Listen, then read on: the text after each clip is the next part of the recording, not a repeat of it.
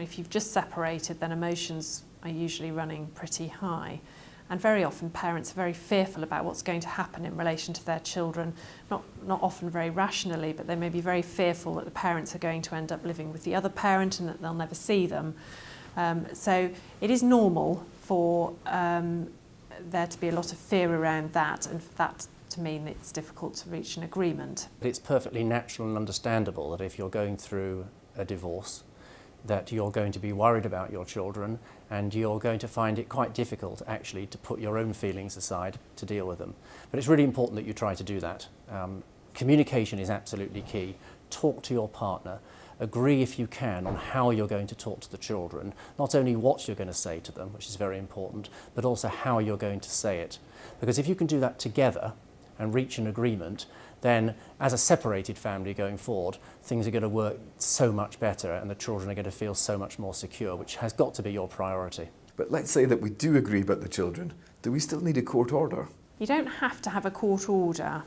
If you're actually getting divorced, so you're married and getting divorced rather than being unmarried parents separating, then you will have to fill in a form called a Statement of Arrangements form as part of that process, and that sets out the arrangements for the children. But other than that, there is no requirement to fill in any form or to lodge any agreement at court. It can, though, be a useful thing for you to actually write down what it is that you've agreed, either informally or using your lawyers or mediator to record that, to make sure that there aren't any misunderstandings. And having gone through all that process, what happens if people still disagree? If you can't sort it out yourselves, then think about bringing in trusted family and friends, although do be a bit careful about that because blood is thicker than water, and sometimes families will side with their own son or daughter and could make the situation worse. There's a lot of material out there to help you. There are booklets.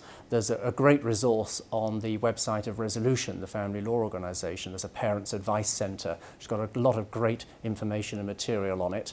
There are government publications. There's a booklet called Putting Children First. You might also want to consider going to a Parenting After Parting workshop, which are also organised by Resolution and are really about giving parents information and help with how to support their children through what is a very difficult process for them as well as for you. But what happens if the road is ultimately too bumpy and the parents have to go to court? Well, before you go to court, and court is the last resort, you should certainly explore other alternatives such as mediation or collaborative law to help you reach your own decisions in a safe environment, but with somebody else guiding the process. But if that doesn't work and you have to go to court, there is a process to follow. There'll be an initial hearing at which you explore the prospects of either resolving all the issues or at least narrowing them down. But if at the end of the day you can't agree, a judge will impose a decision. But if you can communicate with your partner and agree on what you think is best for your children, involve them in that process so that they feel consulted, but not necessarily making the decisions, because that's still for you as adults to do, then your family is going to move forward much better as a separated unit, and your children will thank you.